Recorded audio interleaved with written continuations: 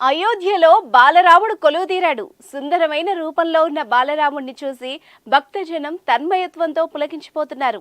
ఇక రామ్లల్లా విగ్రహానికి పైనుంచి కింది వరకు ఆభరణాలు అలంకరించారు. అయితే ఈ ఆభరణాలను తయారు చేయడం వెనుక ఎంతో పరిశోధన, అధ్యయనం సాగింది.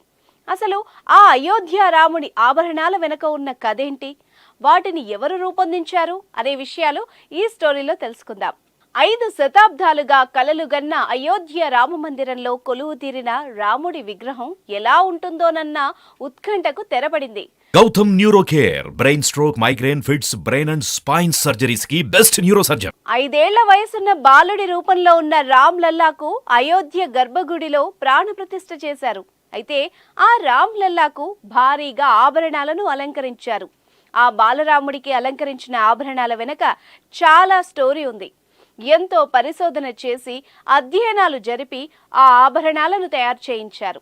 అయోధ్యలో ఏర్పాటు చేయనున్న రాముడి విగ్రహానికి ఎలాంటి ఆభరణాలు తయారు చేయించాలన్న విషయంపై శ్రీరామ జన్మభూమి తీర్థక్షేత్ర ట్రస్ట్ చాలా కసరత్తు చేసింది. ఆధ్యాత్మిక రామాయణం, వాల్మీకి రామాయణం, రామచరిత్ మానస్, అలవందర్ స్తోత్రాలను పరిగణలోకి తీసుకున్న తర్వాతే బాలరాముడికి అలంకరించే ఆభరణాలను తయారు చేయించినట్టు శ్రీరామ జన్మభూమి తీర్థక్షేత్ర ట్రస్ట్ వెల్లడించింది. ఉత్తరప్రదేశ్ రాజధాని లక్నోలోని అంకుర్ ఆనంద్కు చెందిన హర్సా హైమహల్ షియామ్ లాల్ జ్యువెలర్స్ వారు ఆ ఆభరణాలను డిజైన్ చేశారు. ముందుగా రామ్ లల్లాను బనారసీ వస్త్రంతో అలంకరించారు.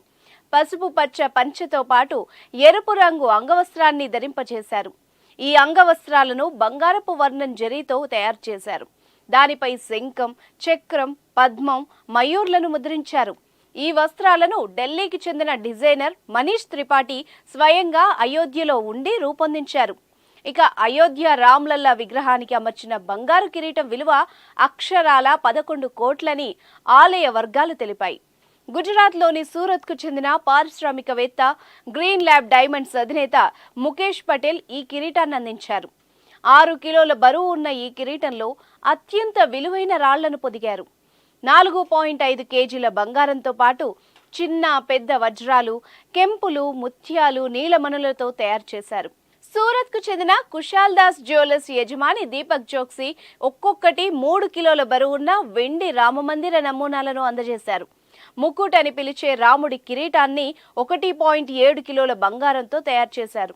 మరో 1/2 కిలో బంగారంతో కిరీటం వెనుక ఉండే వెలుగులాంటి హాలోను రూపొందించారు. కిరీటంలో 75 క్యారెట్ల వజ్రాలు, 135 క్యారెట్ల జాంబియన్ పచ్చలు, 262 క్యారెట్ల కెంపులు ఉంచారు.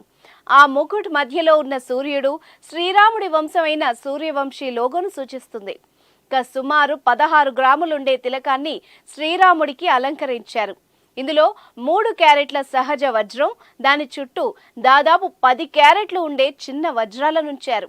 ఇక ఉంగరాల విషయానికొస్తే కుడి చేతి ఉంగరానికి 4 క్యారెట్ల వజ్రాలు, 33 క్యారెట్ల పచ్చ బంగారంతో 65 గ్రాములతో తయారు చేశారు.